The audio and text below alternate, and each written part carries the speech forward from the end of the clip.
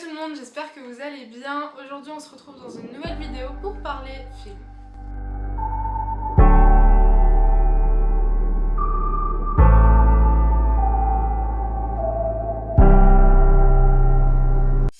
Le 12 avril dernier, j'ai eu l'occasion d'aller voir After en avant-première dans mon cinéma. Et du coup, je reviens aujourd'hui pour parler du coup du film, des points positifs que j'ai trouvé à dire, des points aussi négatifs et des points plutôt neutres.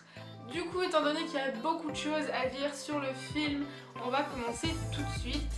Du coup, je prends mon téléphone comme d'habitude puisque j'ai tous mes petits trucs tout ici. Et donc, du coup, on va commencer avec les points positifs. Donc déjà, en général, le film respecte plutôt bien le bouquin. Vraiment, il le respecte globalement, il le respecte assez bien. Donc déjà, en point positif, il y a le casting. Le casting qui est vraiment super bien. Donc on retrouve notamment Joséphine Langford dans le rôle du coup de Tessa, Irofine Stephen dans le rôle de Hardin. On retrouve également Shane Paul McGuy, je sais pas trop comment ça se prononce, je suis désolée, dans le rôle de London. Et quand il a été annoncé dans le rôle de London, ça a beaucoup fait parler étant donné qu'il est noir et que dans le roman London est décrit comme blanc, et du coup ça avait pas mal fait parler, mais moi personnellement ça m'a pas gêné, c'est même bien en fait qu'il y ait des acteurs de couleur. On trouve Khadija Redfunder dans le rôle de Steph, Samuel Larson dans le rôle de Zed, Pia Mia dans le rôle de Tristan. Pareil, ça a beaucoup fait parler étant donné que dans le roman c'est Tristan et c'est un homme, et dans le film c'est Tristan, soit une femme. Mais pareil, personnellement ça m'a pas gêné puisque c'est bien, ils ont mis dans l'actualité du coup avec l'homosexualité tout ça, donc personnellement ça m'a pas gêné, c'est même bien qu'ils aient mis ça. Il y a beaucoup d'acteurs dans ce film. Pour la plupart ils n'étaient pas très connus, voire pas du tout connus. Certains étaient connus plus du côté de la musique, notamment Samuel Larson qui joue Zed et Pia Mia qui joue Tristan. Et il y en a d'autres qu'on avait vus dans des petits rôles, vraiment pas énorme, donc notamment Irofine Stephen qui joue Hardin ici. On l'avait vu dans le rôle de Tom Jedusor dans Harry Potter et le Prince de Sang Mêlé. Et Joséphine Langford qui joue Tessa, on l'avait vu notamment dans le film I Wish, mais elle avait un rôle secondaire. Du coup, de ce qui est du casting, vraiment je l'adore le casting, j'ai vraiment rien à redire et voilà, franchement il est vraiment top. Ça fait connaître de nouveaux acteurs, ça montre de nouveaux acteurs et franchement c'est plutôt pas mal. Le deuxième point positif que j'ai trouvé, c'est l'alchimie entre les deux acteurs. Ce point-là revient énormément. L'alchimie qu'il y a entre Irofine Stephen et Joséphine Langford est juste dingue. Voilà, ils ont une alchimie juste totalement folle qui ressort énormément à l'écran et ça fait que plus adorer le film. Voilà, ça nous fait encore plus aimer le film et les personnages. Vraiment, leur alchimie est juste dingue et du coup franchement c'est super bien. Troisième point positif qui pour moi est un point positif justement, ce sont les scènes qui ont été rajoutées, notamment la scène de la bibliothèque et la scène de l'aquarium. Voilà, ces deux scènes pour moi, donc elles n'étaient pas dans le roman, mais pour moi, qu'elles soient dans le film c'est plutôt pas mal. Donc oui, beaucoup de personnes disent également qu'ils ont enlevé des scènes qui étaient quand même assez importantes. Je suis d'accord avec ce point là, mais je vais en parler du coup dans les points négatifs.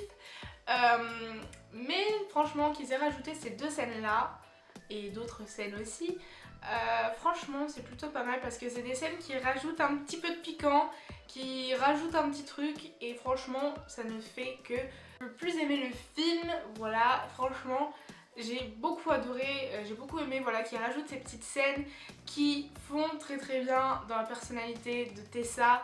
Et franchement, voilà, franchement ça rajoute voilà, un petit truc, un petit piquant et j'aime trop ça. Voilà, et franchement j'ai trop aimé ça. Autre point positif, c'est les citations de classiques. Donc on avait l'habitude dans les romans d'avoir des passages de citations ou des rappels à deux romans, notamment Orgueil et préjugés de Jane Austen et Les Hauts de Hurlevent de Émilie Brontë. de romans qu'on retrouve dans le film dont on parle. On parle peut-être un peu plus des Hauts du Hurlevent dans le film, mais c'est pas gênant parce qu'on parle également d'Orgueil et Préjugés. Voilà, on voit quand même Orgueil et Préjugés, on en parle, donc c'est plutôt bien. Et franchement, voilà, il y a des moments où on a du coup le scénario, où on voit qui parle, tout ça, et à un moment, on sait, ceux qui ont lu les romans, voilà, t'as ça qui fait que tu sais que là, c'est plus vraiment le scénario, mais c'est plus une citation de classique. Dans la liste que j'avais faite des événements que je voulais voir dans le film, celui-ci était présent, avoir les citations de romans, je voulais vraiment voir ça dans le film, étant donné que c'est vraiment quelque chose qui a quand même une grande part du roman. Et donc j'ai été vraiment super contente de voir ça, voilà, quand j'étais au cinéma, que j'ai entendu ça, que j'ai entendu que c'était plus vraiment le scénario mais une citation. J'ai littéralement sauté de joie, j'étais super contente qu'ils aient mis ça. Autre point positif que j'ai trouvé, là c'est au niveau de la scène osée si je peux dire, même si c'est quand même pas très explicite. C'est beaucoup moins explicite que 50 nuances de Grey par exemple. Mais la scène osée du film, voilà, qui se trouve à la fin, vers la fin, voilà. C'est pas ça vraiment que j'ai aimé. Mais ce que j'ai aimé, c'est qu'il y a l'apparition du préservatif et le consentement. Chose qu'on ne voit pas très souvent dans le cinéma, que ce soit dans les films ou dans les séries. On n'a pas beaucoup, on ne voit pas beaucoup ces choses-là. Et c'est très dommage parce que de nos jours, il faut faire de la prévention pour les jeunes. Il faut faire de la prévention pour les plus jeunes. Pas les plus petits non plus, parce que les plus petits non plus, ils vont pas regarder le film, n'est-ce pas? Mais voilà, pour les adolescents qui sont susceptibles de regarder le film, c'est vraiment bien de mettre ça, donc le consentement, du fait que Hardin demande si Tessa veut vraiment le faire, n'est-ce pas? Et le fait qu'on monte le préservatif. Oui, c'est pas très glamour, oui, c'est pas très sexy, et il faut enlever tout ça. Oui, c'est pas glamour, oui, c'est pas sexy, mais il faut mettre ces petites choses, ces petits trucs, c'est quoi? C'est 2 secondes d'un film, mais ça fait toute son importance auprès vraiment des jeunes de maintenant, ça fait toute la différence. Et franchement, c'est pas négligeable. Ça prend 2 secondes du film. Bon, ok, s'il y a plusieurs scènes, plus de 2 secondes. Mais en soi, c'est vraiment primordial maintenant de faire de la prévention dans les films et dans les séries, au cinéma, tout simplement. Parce que les jeunes sont de plus en plus en train de regarder des séries et des films. Et donc, il faut pas négliger ça et il faut montrer les choses là, il faut montrer le consentement et le préservatif, la protection et du coup voilà. Autre point positif pour ma part que j'ai beaucoup aimé, c'est la fin du film. Beaucoup de personnes à la fin de la séance parlaient et disaient oh non j'ai pas aimé parce que ça se finit pas comme dans le roman. Sauf que les gars, eh ben, c'était annoncé qu'ils allaient prendre le début du tome 2 et que ça allait pas finir comme le tome 1. Et heureusement, parce que quand on voit la fin du tome 1, bah on n'est pas bien. Donc on se dit, heureusement qu'ils n'ont pas arrêté le film vraiment à la fin comme le tome 1 et qu'ils ont pris un petit peu du tome 2, qu'ils ont débordé un petit peu sur le tome 2. Personnellement, moi ça m'a pas choquée. Et après, bah, comme je l'ai dit précédemment, ça avait été annoncé donc fallait pas être surpris par ça. Et moi personnellement j'ai beaucoup aimé la fin comme elle est. Voilà, personnellement j'ai beaucoup apprécié. Petit moment spoil, donc attention, je vous mettrai un petit minuteur où faut aller. J'adore quand les fins se terminent avec des lettres, notamment là la lettre est sublime.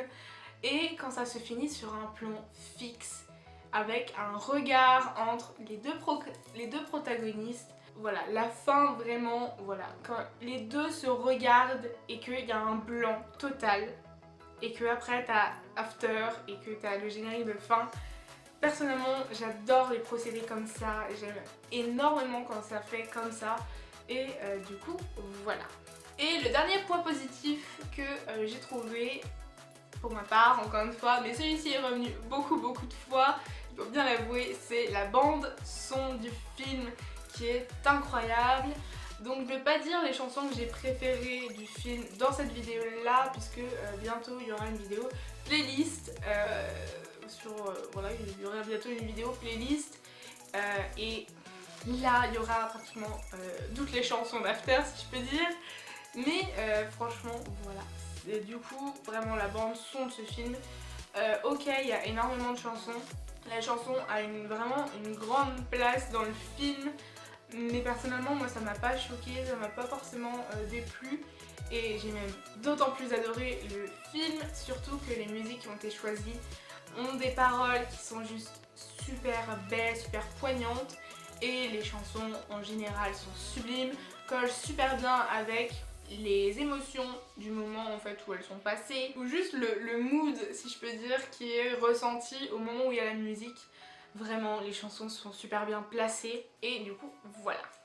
Maintenant, deuxième partie de la vidéo, les points un petit peu plus neutres, qui m'ont pas forcément plu mais qui m'ont pas forcément non plus déplu au point d'être négatif. Et le premier point, c'est l'appartement de Tessa et Ardyn. Je le voyais pas du tout comme ça. Quand on lit les romans, je le voyais et pas du tout comme ça. Après ça m'a pas forcément déplu parce qu'il est quand même très joli, l'appartement dans le film, mais après ça m'a pas forcément déplu. Ils ont changé aussi le fait de comment ils ont eu l'appart. Dans le livre ils le louent, alors que dans le film c'est soi-disant une amie du père d'Ardyn. Ça m'a pas forcément déplu non plus, mais après voilà, voilà, c'est pas grave, ça m'a pas forcément déplu pour autant, et voilà. Après il y a un autre endroit que je voyais mais pas du tout comme ça, encore moins que l'appartement, c'est la maison de Ken, Karen et London. Je ne la voyais absolument pas comme ça. Dans le film c'est une grosse baraque bien énorme avec un ou deux étages, je sais pas trop, qui fait limite manoir. Mais dans le livre je la voyais pas du tout comme ça, je voyais une maison peut-être plus moderne avec un étage, oui, mais ouais, peut-être un peu plus moderne, un petit peu plus petite aussi. Je la voyais plus petite, je la voyais pas du tout comme ça. Et je ne voyais absolument pas de piscine dans la maison. Donc voilà, c'est vrai que sur ce point là du coup ça m'a un petit peu... Fou là là, attends, ok. Et puis même après, quand j'ai vu le film, j'étais en train de lire le tome 5. Et même là en fait, en lisant le tome 5, quand il y avait la maison du coup de Ken, Karen et London, bah je voyais toujours pas la maison comme ça, j'arrivais pas à voir la maison comme ça, donc voilà. Après voilà, ça m'a pas forcément déplu, mais je voyais pas ça comme ça, et puis voilà. Après aussi un point neutre mais qui balance un petit peu vers le point négatif, mais pas trop non plus, c'est les voix françaises. Qu'est-ce qui s'est passé? C'est au sujet de Ardyn. Il se passe un truc, mais pas le truc que t'as en tête. Voilà, voix française qui avait beaucoup fait parler également à la sortie du coup des bandes annonces françaises. Beaucoup ne les aiment pas, dont moi. Quand les bandes annonces françaises sont sorties, je détestais les voix et je me cachais pas, hein, je le disais très clairement, tous mes amis, je le dis, par contre j'aime pas les voix françaises, hein. Vraiment les voix françaises sont horribles, enfin, pas horribles, mais franchement je trouve qu'elles ne collent pas forcément au personnage.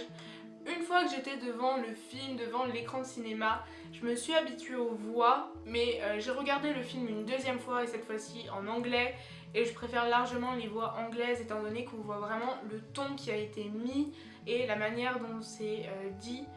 Donc vraiment, si vous avez l'occasion de le voir en VO, tout en anglais ou alors en version originale sous-titrée français, comme vous voulez, et bah foncez vers cette version-là qui est beaucoup mieux étant donné qu'on a vraiment le ton, on voit vraiment le ton qui a été mis par les acteurs. On voit vraiment voilà, le sentiment qu'ils veulent faire ressentir à travers leur voix, et du coup c'est d'autant mieux dans la version originale qu'en français. Donc franchement si vous avez l'occasion de voir en anglais, et bah foncez directement en anglais parce que c'est beaucoup mieux. Et le dernier point neutre que j'ai trouvé pour ma part, c'est le changement du personnage d'Ardyn. C'est pareil, ça a beaucoup fait parler à la sortie du film, puisque dans le roman Ardyn est bipolaire, il est très colérique, il s'énerve très facilement et il est relativement méchant, vraiment, il est relativement méchant.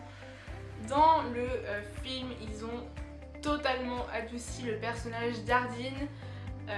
Voilà, il est beaucoup plus gentil, il est moins bipolaire, il est moins méchant, il est plus romantique.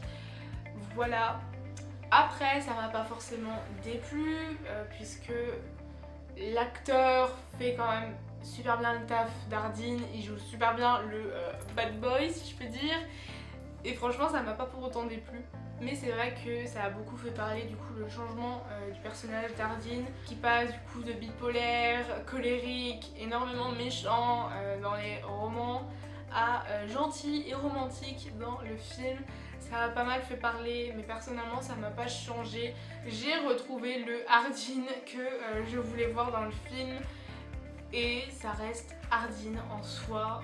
Voilà, vraiment ça reste Ardin et ça m'a pas forcément déplu, mais voilà. Et maintenant, troisième partie de la vidéo, les points négatifs. Et on commence avec le premier point que j'ai évoqué tout à l'heure dans les points positifs, c'est le fait qu'il manque des scènes. Voilà, j'avais noté plusieurs scènes du coup en lisant le tome 1 que je voulais voir dans le film.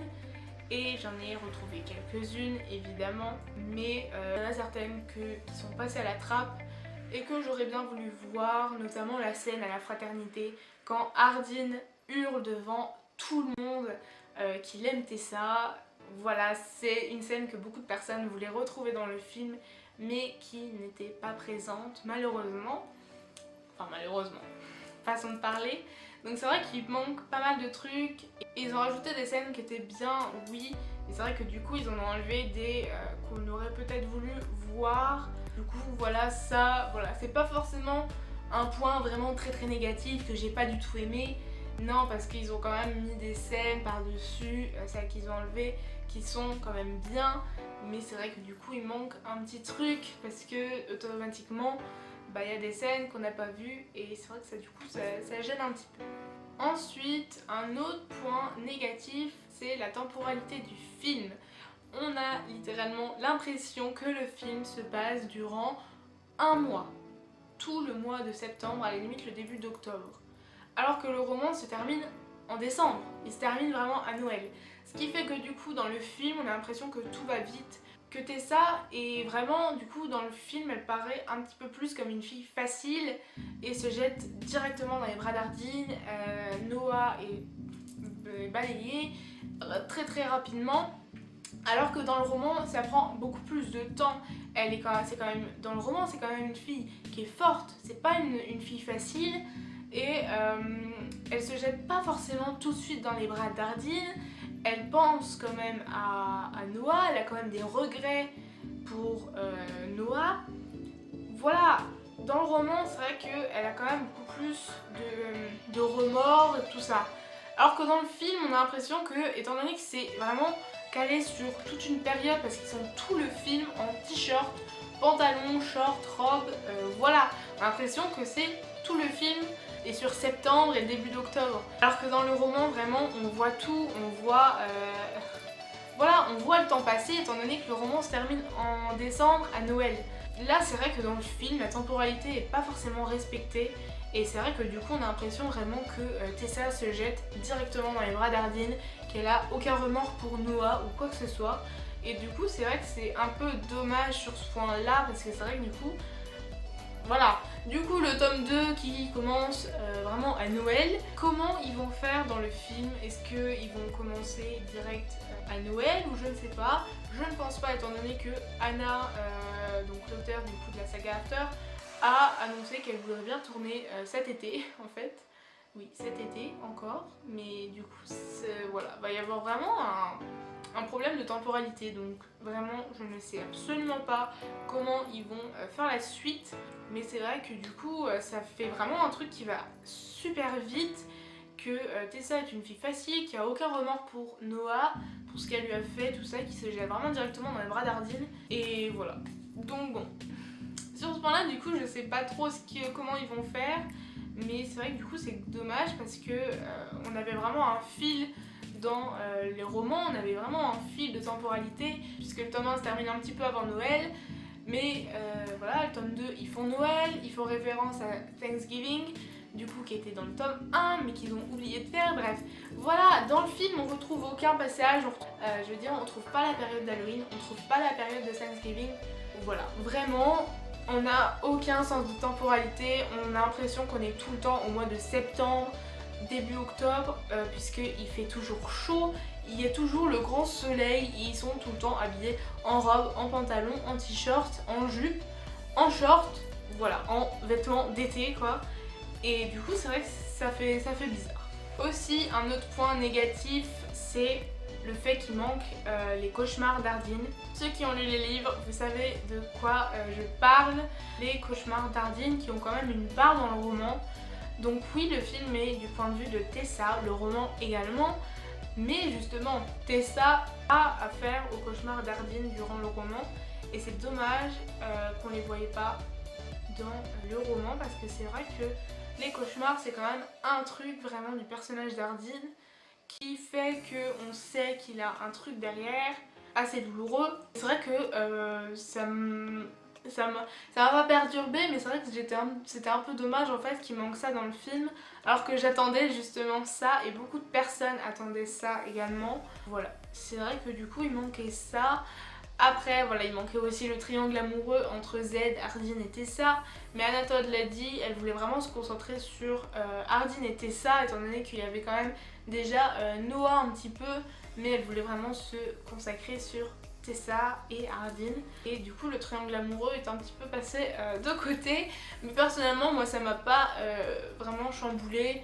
Je savais pas forcément si ils allaient le faire ou pas, mais après voilà, qu'ils le fassent ou pas ça allait pas me déplaire pour autant, et du coup voilà.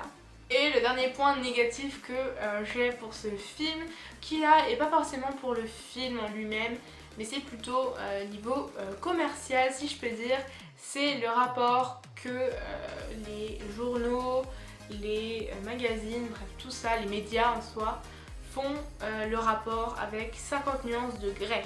Voilà, beaucoup de personnes d'ailleurs en parlent, voilà, disent, voilà, parlent de ça, dont moi du coup. Le rapport à 50 nuances de Grey, le fait que sur l'affiche ça soit noté le nouveau 50 nuances de Grey, que les médias disent le 50 nuances de Grey des ados. Stop. Je suis désolée mais c'est pas du tout 50 nuances de Grey. Ok, on a un truc qui correspond, c'est le fait que ce soit une fille vierge qui ne connaît absolument rien à la sexualité et qui va apprendre avec un cher petit monsieur qui est pas forcément bien dans sa tête. Voilà. Le seul rapport qu'on a c'est vraiment ça à 50 nuances de Grey qui ressemble, sinon c'est pas du tout la même histoire, pas du tout le même sujet et pas du tout le même regard et aussi pas état d'esprit mais le style des personnes en fait. Parce que 50 nuances de Grey, c'est un milliardaire avec une étudiante qui a fini ses études pratiquement. Là, on est sur des personnes qui sont encore à la fac. Les deux sont à la fac. Voilà, donc il n'y a vraiment aucun rapport à 50 nuances de Grey, sauf vraiment le fait que ce soit une fille vierge qui n'a aucune expérience dans la sexualité et tout ça. À part ça, on n'a aucun autre rapport. Donc franchement les médias, arrêtez de dire que c'est le nouveau 50 nuances de Grey, que c'est le 50 nuances de Grey des ados. Et encore pire, je vous mettrai une petite capture juste ici, le 50 nuances de Grey des ados validé par les mamans. Oui, validé par les mamans, je ne rigole pas, il y a vraiment un magazine qui a osé inscrire ça, validé par les mamans. Oui. Alors que franchement si les mères ont lu le roman, elles ne valideraient pas ça. Bref. On va arrêter sur cette partie là, le rapport à 50 nuances de Grey, parce que là c'est vraiment commercial et ça n'a plus rien à voir avec le film. Bref, voilà. Du coup voilà, j'en ai terminé avec cette vidéo là, j'espère qu'elle vous aura plu. Si vous avez vu le film ou lu les livres, n'hésitez pas à me dire dans les petits commentaires juste en bas ce que vous en avez pensé. Et franchement, dites-moi tout ce que vous en avez pensé, voilà, j'ai tous vos commentaires. Donc vraiment, n'hésitez pas à laisser un petit commentaire, même si c'est juste pour me donner votre avis sur la vidéo et pas forcément sur le film ou quoi que ce soit. Allez-y, c'est fait pour ça les commentaires, donc lâchez-vous. Après, n'hésitez pas à mettre un petit pouce en l'air pour me dire si vous avez aimé la vidéo. Voilà, si vous avez la flemme, que vous ne voulez pas écrire dans les commentaires, le petit pouce bleu, il est fait pour ça. Donc allez-y, lâchez-vous sur le pouce bleu. Après, si vous n'avez pas encore rejoint la Sweety Family, et bah allez-y, cliquez sur le petit bouton rouge qui est juste en bas à côté de ma tête, par là. Voilà, et puis du coup voilà, et n'oubliez pas d'activer la petite cloche de notif aussi pour être au courant des sorties vidéo. Du coup, j'espère vraiment que cette vidéo vous aura plu. J'ai adoré la tourner comme pratiquement toutes les vidéos je pense. Mais du coup, voilà. Du coup, moi je vous fais de gros bisous. Et je vous dis à la prochaine dans une nouvelle vidéo. Bye! I want